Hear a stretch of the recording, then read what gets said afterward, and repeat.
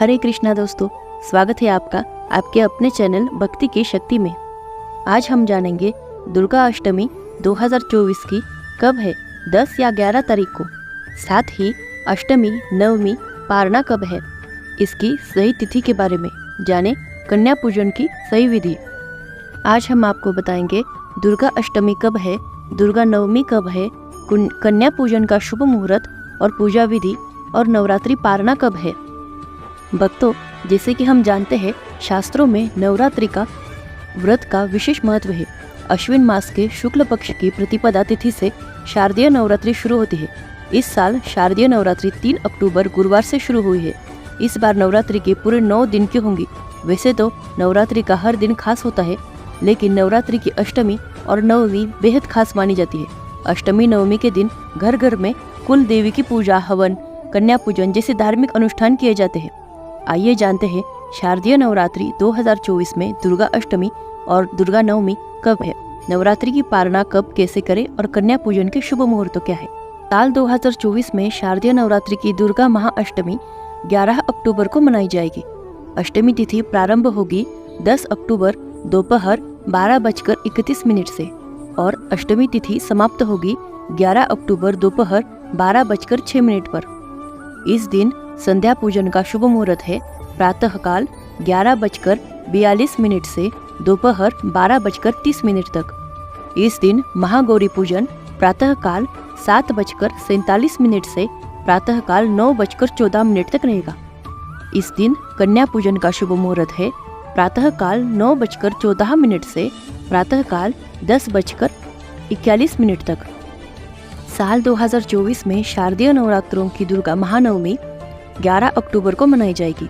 नवमी तिथि इस दिन प्रारंभ होगी 11 अक्टूबर दोपहर 12:08 पर।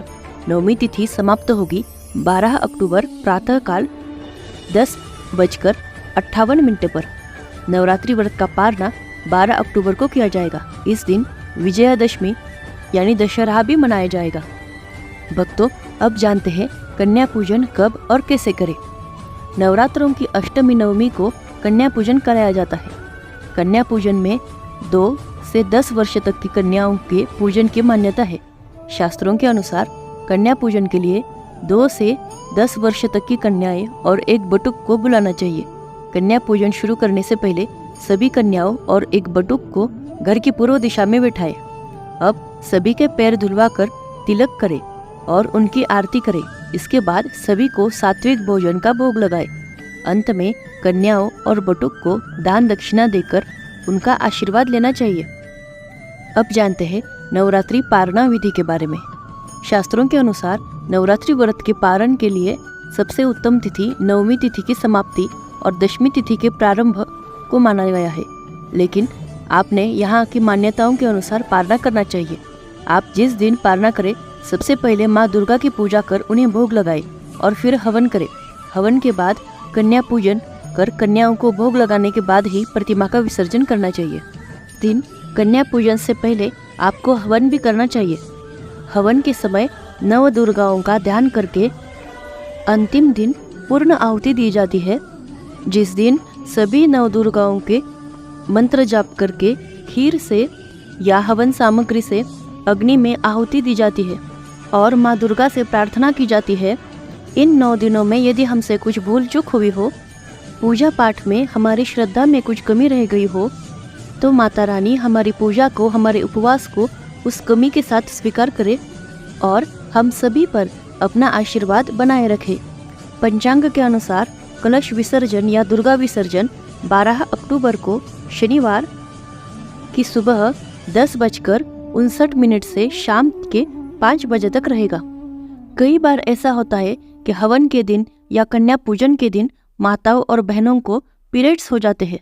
ऐसी अवस्था में अगर आपने पूरे उपवास रखे हैं और आप अगर कलश विसर्जन या चौकी विसर्जन नहीं कर पाते हैं, तो आप अपने घर के किसी भी और सदस्य से कन्या पूजन या चौकी विसर्जन करवा सकते हैं। अगर घर में भी ऐसा कोई करने वाला नहीं हो, तो आप कन्या पूजन और कलश विसर्जन आने वाली शरद पूर्णिमा का दिन कर सकते हैं।